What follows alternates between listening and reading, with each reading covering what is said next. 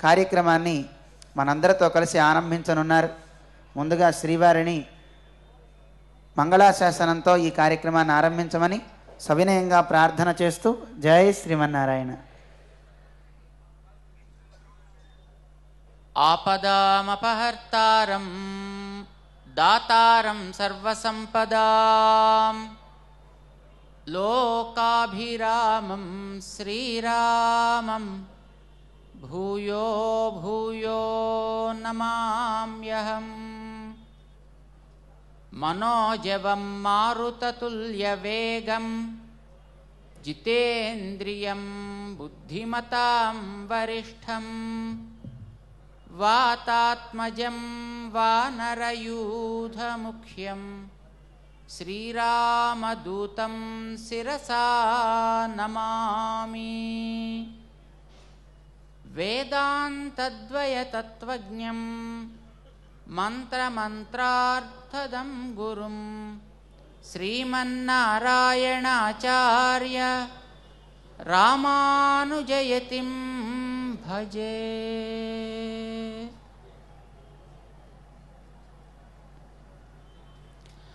జై శ్రీమన్నారాయణ. ప్రియ భగవద్బంధువులారా, పరమ పావనమైన మార్గశీర్ష శుక్ల ఏకాదశి శనివారం. ఈరోజు భగవద్గీత లోకానికి అందిన రోజు. భగవద్గీత శ్రీకృష్ణ భగవానుడు అర్జునుడికి కర్తవ్యాన్ని ఎట్లా చేయాలో తెలియక తపన చెందే హృదయానికి ఉపశమనంగా అనుగ్రహించినటువంటి మహోపదేశం. అర్జునుడికే కాదు, కర్తవ్యాన్ని నిర్వర్తించడంలో ఎదురయ్యే సమస్యకి, సందిగ్ధతకి సమాధానంగా భగవద్గీత ఈనాటికి ప్రమాణంగా నిలుస్తుంది. ఏనాటికి అది ప్రమాణంగా నిలుస్తుంది. ఏ పని ఎట్లా చేయాలి, ఎంతవరకు చేయాలి అనే ఒక సంశయం కలిగిన వ్యక్తికి శ్రేయస్సాధనంగా భగవద్గీత ఉపయోగపడుతుంది. నాకేది శ్రేయస్సో దానిని తెలుపు. ఇది అర్జునుడు అడిగిన ప్రశ్న. యశ్రేయస్యాన్నిశ్చితం బ్రూహి తన్మే. నాకు కర్తవ్యం ఏమిటో తెలియటం లేదు సుమా, కానీ నేను శ్రేయస్సుని పొందాలని కోరుకుంటున్నాను. ఇది అర్జునుడు అడిగింది. ఏదో రకంగా జీవించాలి అని అనుకునేవాడికి ఏం చెప్పాల్సిన అవసరం ఉండదు. కానీ శ్రేయస్సుని పొందాలి అని అనుకున్న వాడికే ఏమైనా చెప్పడం అవసరం. ఆ శ్రేయస్సుని పొందాలని కోరుకునేటటువంటి వ్యక్తికి ఏ స్థాయిలో ఉన్నా అందవలసినటువంటి సందేశాన్ని శ్రీకృష్ణ భగవానుడు భగవద్గీతగా ఉపదేశం చేశాడు. అది వ్యక్తిగతంగా చిన్న స్థాయిలో కావచ్చు, యువ స్థాయిలో కావచ్చు, ఒక గృహస్థుగా జీవించేటటువంటి వ్యక్తి స్థాయిలో కావచ్చు, లేదా అది వ్యాపారమో వాణిజ్యమో ఔద్యోగికమో ఏదో రకమైనటువంటి శ్రేయస్సుని తను పొందాలి. అది పర్యవసానంగా తనకి ఆత్మోజ్జీవనకరం కావాలి అని కోరుకునేటటువంటి వ్యక్తికి భగవంతుడు అనుగ్రహించినటువంటి అతి సులభమైన కానీ అతి శక్తివంతమైన ఉపదేశం శ్రీమద్ భగవద్గీత. ఇది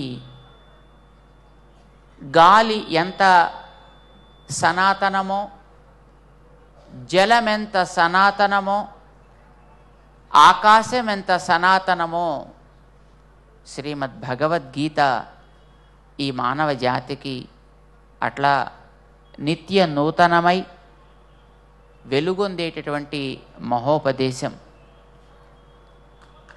ఈవేళ భగవద్గీత లోకానికి అందింది. అయితే శ్రీకృష్ణుడు ఉపదేశం చేసినది యుద్ధ ఆరంభంలో. యుద్ధం ఆరంభమైనది కార్తీక అమావాస్య నాడు ఆరంభమైంది. మర్నాటి నుంచి మార్గశిరం ప్రారంభమైంది చాంద్రమానం ప్రకారం. అమావాస్య నాడు యుద్ధరంగం చేరిన అర్జునుడికి సందిగ్ధత ఏర్పడింది. చెయ్యాలా మానాలా? అయితే కేవలం చెయ్యాలా మానాలా అని సందేహం కలగలే. చేయవలసిన పని తప్పు అనిపించింది, చేయకూడనివేవో అవే చేయతగినవి అని అనిపించింది. అది చాలా ప్రమాదకరం అన్నమాట. చేయవలసినవి చేయకపోతే పర్వాలేదు, కానీ చేయకూడనివి చేయతగినవి అని అనిపించింది. చేయవలసినవి వదిలేస్తే మంచిది అని అనిపించింది. ఆ రకమైనటువంటి పార్థుణ్ణి ఉద్దేశించి భగవంతుడు ఉపదేశం చేశాడు. ఆ వేళ అర్జునుడికి కర్తవ్యం తెలిసింది. కరిష్యే వచనం తవా, నువ్వు చెప్పినట్టుగానే నేను చేస్తాను సుమా, నా సంశయాలన్నీ తీరినవి అని చేతిలోంచి పారవేసిన ధనుర్బాణాలను తీసుకొని మళ్ళీ తను యుద్ధాన్ని చేయటానికి ఉపక్రమించాడు. పర్యవసానంగా శ్రీకృష్ణుడి ద్వారా ఆయనకి విజయం లభించింది, పాండవులకి విజయం లభించింది. విజయం లభించడం అందరికీ అవసరమే. దానికి శ్రీకృష్ణుడు అనుగ్రహించినటువంటి ఆ ఉపదేశాన్ని పూర్తిగా స్వీకరించగలిగాడు అర్జునుడు. కానీ ఆవేళ అది ఎవరికీ తెలియలేదు. అక్కడ ఒకరిద్దరు కాదు కదా, 18 అక్షౌహిణీల సైన్యం అక్కడ చేరి ఉంది. అంటే సుమారుగా 4 లక్షల పైన జనం ఒక అక్షౌహిణి అంటారు. మరి అలాంటిది 18 అక్షౌహిణీలు చేరి ఉంది అని అంటే వారితో పాటు గుర్రాలున్నాయి, ఏనుగులున్నాయి, రథాలున్నాయి. ఈ జనాలంతా అరుస్తూ ఉంటారు, కేకలు పెడుతూ ఉంటారు, గుర్రాలు సకిలిస్తూ ఉంటాయి, ఏనుగులు ఘీంకరిస్తూ ఉంటాయి. ఇన్ని జరుగుతూ ఉండగా శ్రీకృష్ణుడు చేసే ఉపదేశం అర్జునుడికి వినిపిస్తుందా? అర్జునుడికి కలిగే సంశయాలు శ్రీకృష్ణుడి చెవిన పడతాయా? ఈయన ఉపదేశం పొందే ఆ కాలం అంతా కూడా ఒకరి మాట ఒకరికి వినిపించే అవకాశం ఉన్నదా? నిజానికి లేదు, కానీ వినిపించింది. ఏమాత్రం దాంట్లో వెసులుబాటు లేకుండా, డిస్టార్షన్ అనేది ఎక్కడ లేకుండా వినిపించింది. చివరిదాకా సాగింది. ఎలా సాగింది అనేది 1వ అధ్యాయంలోనే భగవంతుడి పేరు చెప్పే సందర్భంలో మనకి సంజయుడు వివరించాడు. భగవంతుడికి హృషీకేశ అని పేరు పెట్టారు.